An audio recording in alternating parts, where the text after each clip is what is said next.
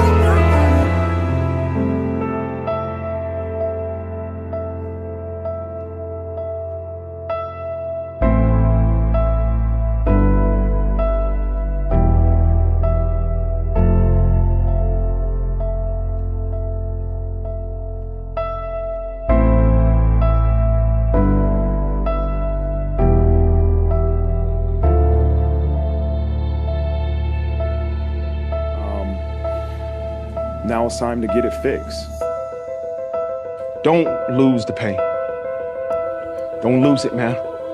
We figured out after NIU what we had to do to get to where we're at. Keeps his feet running. He'll do it. He'll score. 5. Touchdown, Iron. Good.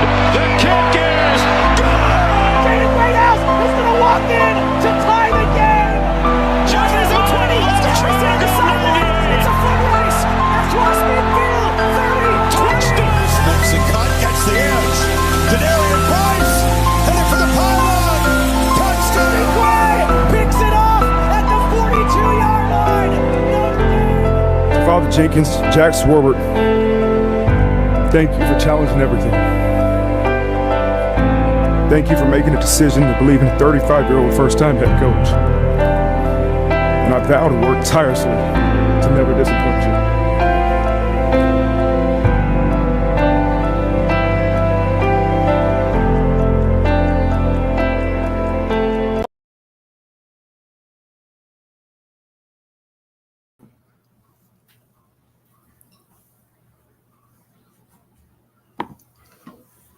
All right, and with that, we are live. Hope you guys enjoyed that little pregame hype video. One of many, but one of our favorites. That was actually done by Notre Dame's Wine and Cheese, and that's on a gentleman on X that we've been kind of collaborating with on X. He does a great job, great videos. We're going to bring on Jeff here in just a second. Let's see at the stage. All right, we got Jeff Strbjak on as well. Jeff, is that your man cave? This is my buddy Dan's man cave, just about 10 minutes away from me here in Crown Point, and we're rocking it out right now. There's about 3 of my other friends and some more people coming. Let's just say the excitement's high. That is a sick setup. Whoever has set up that is, props, man. That's pretty awesome back there. Anyways, if you're just joining us, we're the Dos Leprechauns. We're joined by one of our moderators, administrators, Jeff Strbjak, all the way out in Indiana. Ready for the biggest game Notre Dame's played in over 10 years, and arguably the biggest game since January 2nd, 1989, or January 6th, 1989. So the excitement is palpable. I haven't been able to sleep in a couple days. I know everybody's been super excited, and we're just really excited to talk about this game, interact with all of you guys, and just get ready to cheer on our team and what has been an incredible season all the way around. But there's still one more game, one more guaranteed game, like Coach Freeman says, and that's the national championship against our bitter rival, Ohio State. So, Jeff, just overall, man, everybody's been talking about this thing to death. What do the Irish need to do to win this game and become national champions in 5 hours? Everyone wants to preach on how Notre Dame has to be perfect. The news flash that I give to everyone is national championships aren't won when you make a ton of mistakes. Notre Dame's a team that has minimized their mistakes, or they've taken advantage of other teams' mistakes. They've done that all year. That's why they're leading the nation in takeaways. There's proof in that pudding, and it's one of those things that we're going to have to minimize our mistakes with Riley and the interceptions. That's going to have to be something that we're going to have to address early and often, make sure that he has a clean pocket, and he's confident in throwing the pill. The other side of it is just sustaining those offensive drives. We need to sustain offensive drives. We know our defense is not going to make it on the field if they last 3-4 minute drives, and Ohio State's just beating the living hell out of us down the field. They have to make those stops at crucial points in the game. So I think the biggest thing is just minimize our mistakes and enhance theirs. Nate, what's your initial thoughts on the game, what we need to do, what you're looking to see right off the bat? Yeah, I think we need to win time of possession. Jeff and I talked about it. I think if we win time of possession, we win the game. I think we can sustain drives, score points. Doesn't always need to be 6. We can take 3 here and there. I think it's going to be a game. It's going to be a dogfight. It's not going to be, flashy offense versus flashy offense. It's going to be flashy offense versus an elite defense with an offense that is also capable of scoring as well. Well stated. And I think the fact that Jeremiah Love is 100%, he was practicing the other day with no knee brace, which is huge. Rocco Spindler is going to be, as he says, he's 100%. So the guard spot will be locked up. And then I'll be honest, one of my main things that I'm going to be looking for is how Charles Jagasaw does at that left spot against this very, very talented Ohio State front. Jeff, what concerns you about the Ohio State defense that maybe we haven't seen thus far this season? We talked about it with Penn State and how quick their edge rushers were. Ohio State possesses something that we really haven't seen, where it's those 4 down linemen, and then you have the Tyrone Malone and the other Ty that are on the inside for them, and then you have Jack Sawyer and JT Tuamau that's manning the anchors. Tuamau hurt his ankle a little bit against Texas, but they are strong, they're physical, and they do not let teams run the ball on them, and that's one of our biggest strengths. But one of the biggest things that I've seen just throughout the week with film is they have yet to face a quarterback with Riley's possessiveness as a running quarterback. And if you remember watching the Tennessee game, Nico Iamavia actually ran the ball pretty efficient against them. So it was one of those things where I'm kind of looking back and saying, have they been challenged by a dual threat quarterback? And I think the short answer is no. Riley Leonard could be that X factor when we talk about our players of the game, and it seems like he's a reoccurring character, but it certainly looks like we need to challenge them. We need to challenge them with Riley Leonard running the football efficiently as well today, because when you go into their second line, they got a great guy in Lathan Ransom, who's been a starting linebacker for them for quite some time, and or Cody Simon, excuse me. And then you have Ransom and Caleb Downs in the backfield, and they are not afraid to let Caleb Downs come up on the line of scrimmage and hit someone.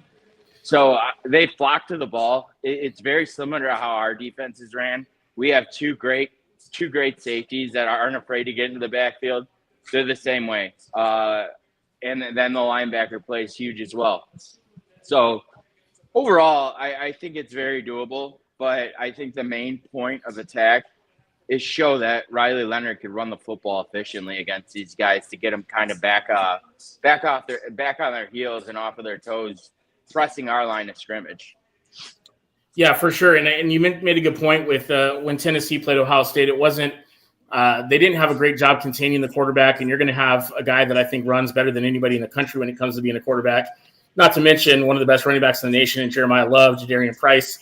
I've seen a lot of people thinking that the tight end game is going to be big for us today, which makes me happy because I love when we get the tight ends involved early and often. What do you see? Do you see that happening? Do you see that as a good game plan? Do you think that's something they can challenge Jack Sawyer with to, take him out of the equation a little bit? Yes, absolutely. It's going to be those quick slant routes or those out routes that Mitchell runs, but it seems like they're going to be queuing a lot in on Mitchell. So therefore, Eli Reardon is going to play a huge role tonight, which I think we had in the group chat today. Sonny Styles, who was a highly coveted Notre Dame recruit back about 2 years ago, there is a big circle that's been around him in pass coverage with teams attacking specifically Sonny Styles. So be on the look on where Sonny Styles is playing most of the game. Granted, he is an athlete and a half, but Sometimes the tight end gets lost in coverage and over the middle, and I love how Mitchell Evans is after the catch, as well as Eli Reardon, who drew a big pass interference call just last week. So I like our pass-catching tight ends, and I think that they could get it done and be a major part of this game as well. As I was looking at some of the intangibles, I started to look at the Ohio State special teams group, and in that game against Michigan, their field goal kicker missed two crucial, fairly easy field goals against Michigan. 30 or less. 30 or less. So I think that's something also that can come back and really work in our advantage. Our special teams game, obviously, Biagi has these guys ready to go. I truly do think that could be a little bit of a difference maker to give the Irish the edge. We've got the return ability with Harrison. We've got the kicker Jeter, who seemed to have found his rhythm. I think our punt game's got a lot better. And I think that those are some of the small intangibles that are going to change things. And speaking about the big games, the national championship games that we've been in recently, obviously 2012 was a disaster. We weren't ready for that. 2020 against Bama, that was a friggin' NFL team we played. This is a very level playing field, in my opinion, with maybe a couple of advantages for Ohio State here and there. I would say for me, and I know this has been beaten like a dead horse, but playing man against Jeremiah Smith, Carnell Tate, and what's the other guy's? Abeka. I don't know his name. Emeka Egbuka. That guy. Those are the matchups that do concern me a little bit. I have all the faith in the world in Leonard Moore and Christian Gray, but those are three guys that are absolutely, without a doubt, elite pass catchers. They're fast. They run good routes. They don't miss the balls. So the key, in my opinion, in this game, just like it did the last couple of games, is going to come down to the line of scrimmage. Can our guys get pressure on Will Howard? And we've seen when you get pressure on Will Howard, he wilts, man. He's just not a guy that can handle that pressure well, and I think that's when you're going to cause those turnovers. Well, and you know what's crazy about that in that point itself is I dove into some of the PFF stats that one of our colleagues posted just about an hour ago, and Will Howard has been sacked 9 times with guys rushing 4 or less. 4 guys or less. Will Howard's also thrown 7 of his I don't know how many picks with a pass rush of 4 or less. So that tells you something about Ohio State's offensive line, that they are not very good up front. I won't say they're great up front, but they're not the best up front. And I think if we get a good pass rush out of 4 guys, being Rubio, Bryce Young, Donnie Heinisch, or Howard Cross, who Howard Cross had a huge game last year, if you remember, against Carson Hensman, and Carson Hensman just happens to be lined up against him again this year. So those are just small little tidbits that we could kind of throw in there, and that could be a big difference if we could get into the backfield and get Will Howard throwing the ball early, because it's going to be the explosive plays that could make this game a difference maker. And once again, broken record, here we go again. But you mentioned some of our pass rushers, but you once again missed my boy, Bryce. I know. Young, baby. Let's go. Turn him up. Let him loose. Yes. And let him go make some freaking havoc in that backfield, baby. Keep him away from the punters, though. Yeah, yeah. Keep him away from the punter, and but at the same time, like I said in that game against Georgia, turn him loose, man. If he picks up a running into the punter, it only costs us a few yards. I'd rather him play with reckless abandon and make some plays down the road and in crucial situations. But yeah, no, you're 100% right. The pass rush, I think that we've been able, even without Riley Mills, we've been able to establish a consistent presence to push the line back, because you have guys like the Rubios and the Heinishes of the world that are not going to be denied. I mean, are they going to make the same kind of headlines as Riley Mills? No. But they're going to do the dirty work, right? And that's what I look forward to seeing. Absolutely. And I think that's just such a great point and a testament of just the next man up. And one guy that we forgot in Notre Dame secondary is Jordan Clark's going to have the game of his life, because he's going to be on Emeka Egbuka. That's going to be his number one guide. And then our 2 safeties are probably going to pick him up too in the slot. Carnell Tate, I believe he's a field, and then Smith's the boundary wide out. And then you got Egbuka running in the slot. I think I posted this yesterday. Emeka Egbuka 16 for 189 against Notre Dame with 2 touchdowns. So he has absolutely shredded us in the past, and a lot of it's done underneath. underneath, and it gives him space to run, just like Jeremiah Smith. So we're really gonna have to be cognizant of that, but we can't also forget about how good their running game is. With the speed they have there. 100%.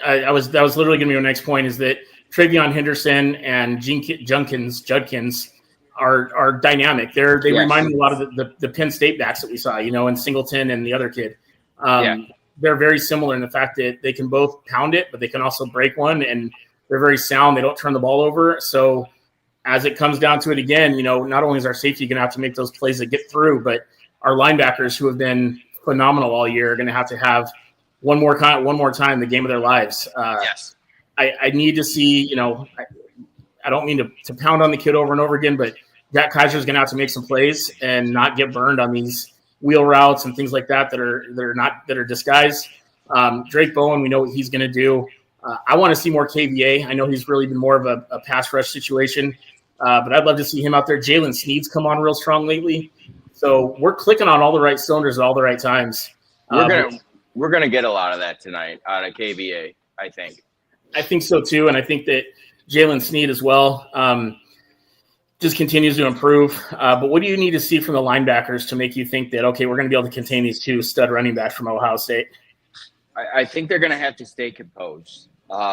Having composure, you got three linebackers out there in KVA, Sneed, Drake, and Jaden Osbury, where those guys haven't had the starts that old man Jack's had the past 6 years. So it's going to have to be staying composed. Those guys are going to be wound up very tight. I do foresee Drake Bowen being on the field a lot of today's game with the green dot, and he's going to be dialed. I just from my personal relationship with him, he's always dialed. I mean, he's born for these moments, but it's time to take a step back when you run out of that tunnel, stay composed, and then go do your thing out on the field. So I think it's just composure, because they all tackle well, as well as KVA and Sneed are like nukes coming off the edge. So I think we're going to surprise them with our speed with our linebackers, and it's not going to be a lot like last year where we lacked a lot of that speed. Yeah, I think Sneed's been so huge with that. I think he's been underrated these past few weeks. I would argue this whole playoff series. He's been that guy that no one really thinks about, but he's made a huge difference. He was a big part of the interception to close out the game pretty much against Penn State. So I expect Sneed to have a big game, like you said, Drake. I'm hopeful that Jack Kaiser has a big game. I'm a little worried about Jenkins and Henderson against Kaiser with their speed compared to his.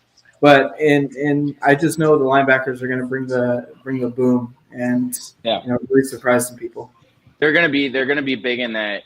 I just saw 30 Bryces do tips to screen pass for a pick six. I love that, because they are going to run a fair amount of those screen passes, especially to Travion Henderson.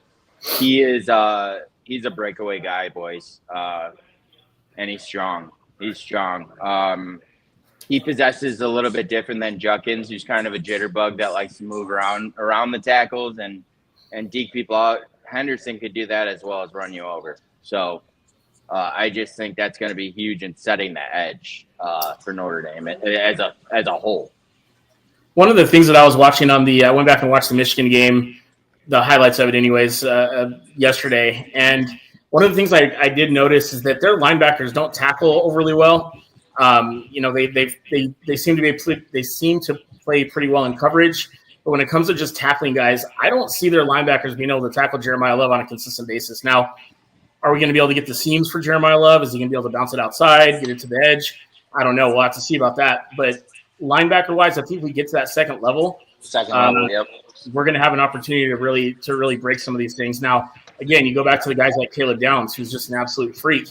That's going to be a different kind of matchup. But again, if we can pick up some of these dirty chunk change, runs and some dink and dunk to the tight end, some slants, we don't need to go for the home run every time. And Nate and I have been talking about this a lot. I really don't want to see Denbrock do anything cute. Just run the damn ball, play physical offense, and play physical defense, and I think we'll be fine. It's just the same thing goes for Al Golden. A lot of people don't see that. Al Golden was blitzing a ton against Penn State to start off. And just having some of the conversations with a lot of people around me, Notre Dame really changed themselves in that first half, and it ended up hurting them. They go back to their base defense the second half, and then Penn State only gets, 160 yards of total offense? Yeah. And only 60 yards rushing. So it's going to be a fact of, does Notre Dame get out of their comfort zone of what's gotten them there? And Al Golden made it a point in one of his press conferences saying, we're gonna stay with the girl that we've been dating throughout, and we're taking that girl to the dance one more time. So I see Al Golden staying with the man-to-man coverage that everyone's been like, oh, let's play zone. No, Al Golden's going to challenge them, and let's see where we fit against their daunted receiving corps. In the usual ESPN shining up of our opponents, they were all talking about how great Jeremiah Smith is, and the other receivers, Carnell Tate, and all these guys. And Freeman made a really great comment that, once again, he always says the right thing at the right time. And he said, we have good players too. And he was in that conversation about playing zone versus man. And can you hang with Jeremiah Smith? And let's not forget, Jeremiah Smith's still an 18, 19-year-old freshman. He's going to make mistakes, and he's still developing. Great player, don't get me wrong. But guess what? Our freshmen are pretty damn good too. And I have full faith in Leonard Moore and Christian Gray to shut that S down all game long. And not just that, but Xavier Watts and Adon Schuler being back there for that extra set to help if needed gives me a lot of sense of security. Definitely. I couldn't agree with you more there. I think I agree with Golden too. Like, don't fix what's not broken. Mm-hmm. There's no reason to throw in zone just because you're worried about two players. That's giving way too much respect to the opponent. Go in with what you're ready for, and just punch these guys in the mouth and they won't be ready for it. You saw it in the Michigan game. They got overwhelmed, and that's what lost them the game. They got all emotional, and that's how they lost the game. And that's how, that stuck with them for this long. They don't like to get hit in the mouth, plain and simple. Our resident stat nerd, Fighting Irish faithful, Joe, just said in close games, Indy averages 24 points, Ohio State averages 22. So some food for thought there, because I truly do think this is going to be – I don't think there's a chance in hell that Ohio State covers that spread. Not only do I think we win, but they're definitely not covering that 8.5. That is insulting. Yeah, and that's a disrespect that Notre Dame's taken. Just by some of the things that I've heard, they've taken that really as a disrespect, just week after week, and it's almost like, let's just bring the lunch pail to work and just show another analyst who's called it wrong again, and quote unquote analyst, as I say. Yeah, I personally, I see you've got at your watch party there, I see you've got some of the pregame stuff on. Yeah. I literally can't even watch it, man. I just get so nauseated with these guys that it's the same old stuff over and over again, how Notre Dame's going to be exposed and they don't have the speed and they don't have this, that, and the other. They've said that for the last 12 weeks. And here we are in the national championship game with the shot to bring home number 12. Last thing I want to get from you, Jeff, we always kind of do this. Who's going to be for the Irish to win the game, who's going to be your player of the game on offense, player of the game on defense? Player of the game on defense, it's going to be Howard Cross. This is his last game. It's going to be his curtain call. Howard Cross is one of those guys that has been playing literally like he's hurt every week, and he just keeps showing up. I think he's going to find something a little bit more inside, and I think he's going to have another huge game like he did last year. Offensively, I'm going to go ahead and say Jeremiah Love. I think Jeremiah Love's been waiting for himself to get healthy enough to maybe make those different cuts or hurdle a guy or jump 13 feet in the air like he normally does. I think he's going to be more important in the passing game, though.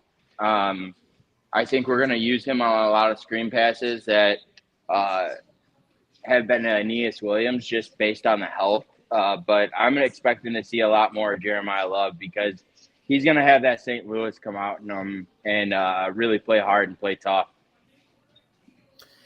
All right, man. Well, I appreciate that. Jeff, thanks for always jumping on, man. Obviously, this is the last game for the 24-25 campaign. Hopefully, we'll be celebrating in about 4 hours with another national championship. Either way, though, we'll chat soon, and we'll have some shows throughout the offseason as we go into a little bit of a non-Notre Dame time. Yes, absolutely. Thanks, guys, and go Irish. All right, brother. Go Irish. Talk to you soon. All right, that was our buddy Jeff Strbjak, one of our admin over at Ghost Leprechauns on Facebook. I was just looking at a picture on Facebook from one of our buddies, Rick and Scott Radakovich from Pennsylvania.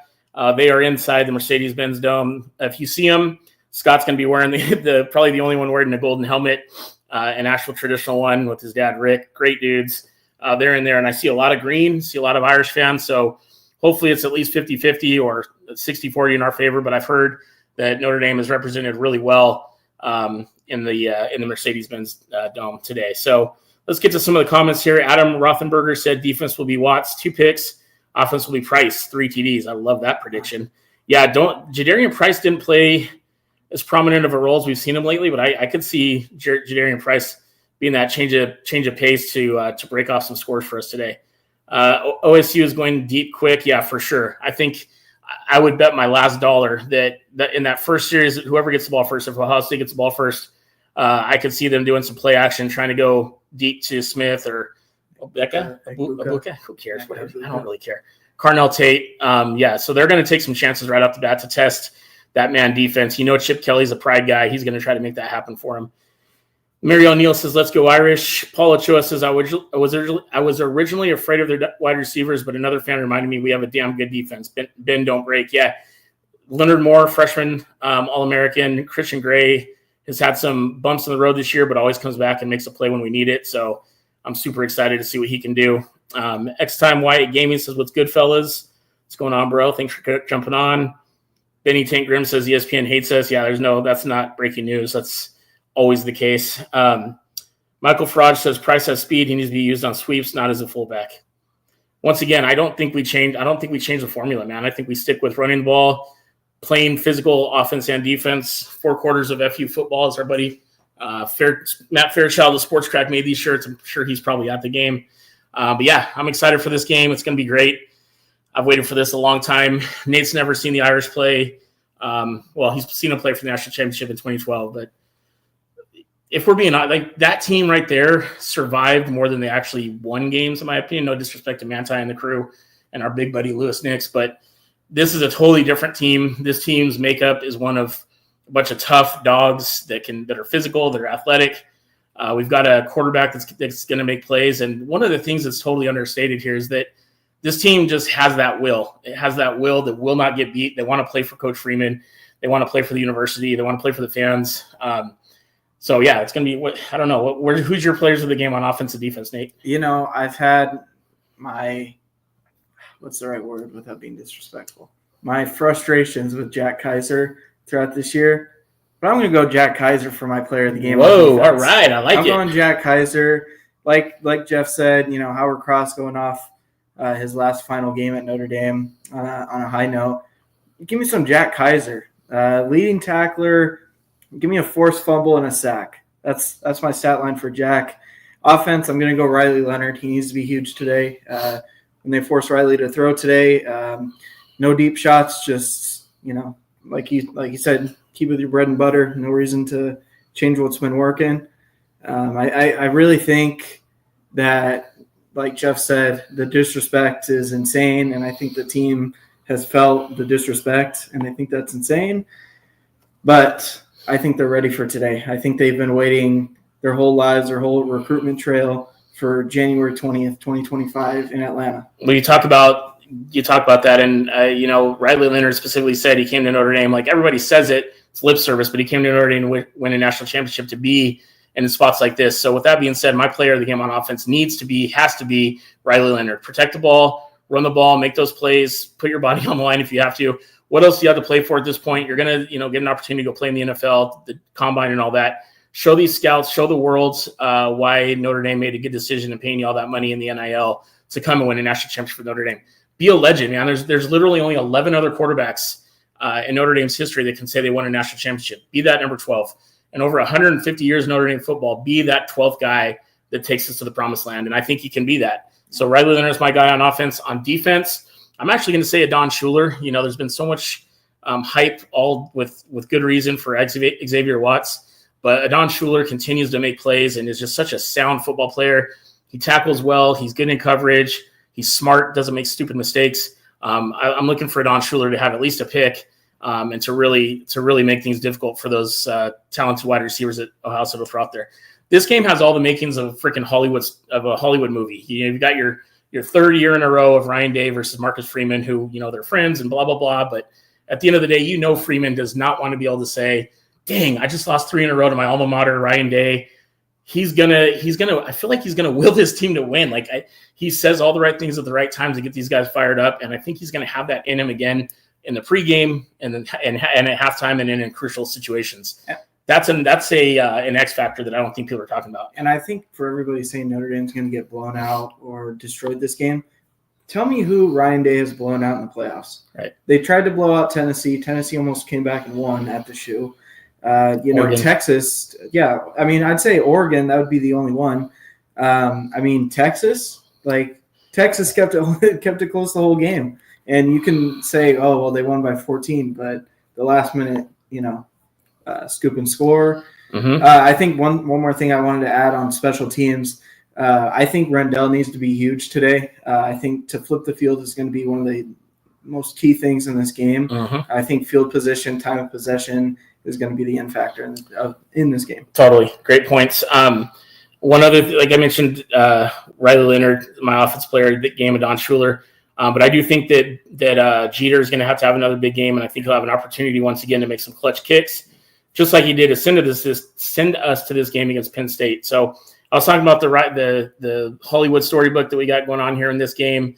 For me, it's incredibly personal. I was eight years old the last time the Irish played for a national championship, and I'll never, ever, ever forget the feeling of getting that win and being able to wear this exact hat to school for like 6 months straight and never take it off. It's got all kinds of nasty stains you probably can't see on it. Doesn't even really fit my ginormous head now because I had it when I was like 8, 9 years old. It's literally cutting off circulation, but I'm not taking it off until I get another one that'll say 2024 on it. So, 2024.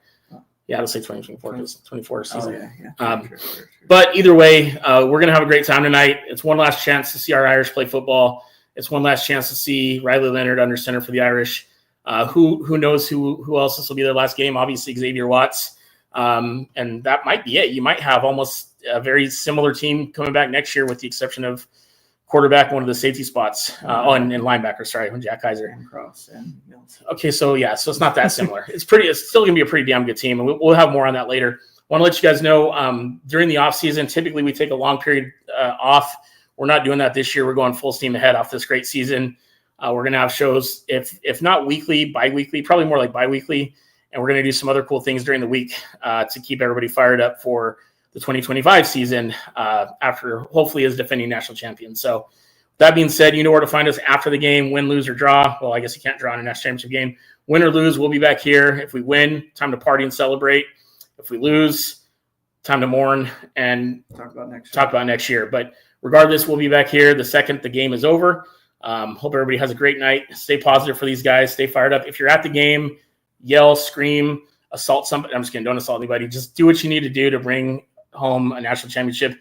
You're privileged to be there with these $2,000 ticket costs. Don't take that for granted.